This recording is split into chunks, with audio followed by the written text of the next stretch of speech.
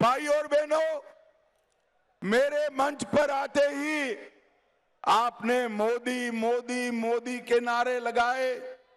मैं देश भर में घूमकर आज बोंगीर आया हूं। देश भर में मोदी मोदी के नारे लग रहे हैं।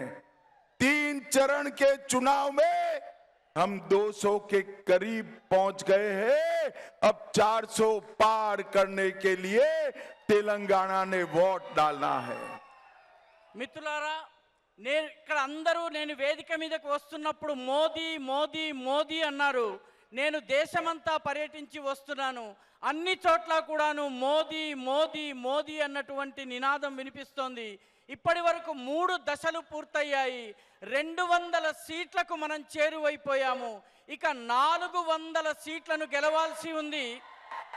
తెలంగాణ కూడా ఈ 400 సీట్లను సాధించడంలో తోడ్పడవలసి ఉంది. भाई और बहनों, 2019 में तेलंगाना की महान जनता ने हमें 4 सीट दी है, मगर मैं आज सुन लो रेवंत रेड्डी, आज कहकर जाता हूं, इस बार तेलंगाना में हम 10 से ज्यादा सीटें जीतने वाले हैं। 2019 ఎన్నికల్లో తెలంగాణ యొక్క ప్రజలు మాకు 4 సీట్లను ఇచ్చారు. రేవంత్ రెడ్డి విను, ఈసారి 10 కన్నా ఎక్కువ సీట్లు మేము గెలవబోతున్నాము. भाई और बहनों, तेलंगाना का ये डबल डिजिट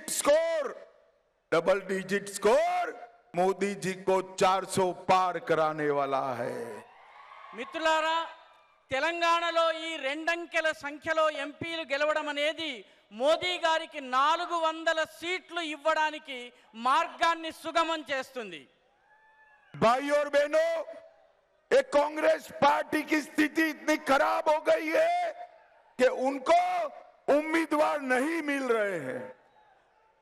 మిత్రులారా, కాంగ్రెస్ పార్టీ పరిస్థితి ఎంత దయనీయంగా శోచనీయంగా తయారైందంటే వాళ్లకు పోటీ చేసేందుకు అభ్యర్థులు కూడా దొరకడం లేదు. और बोंगीर में ऐसा उम्मीदवार दिया जिसने राहुल गांधी का फर्जी सिग्नेचर किया था।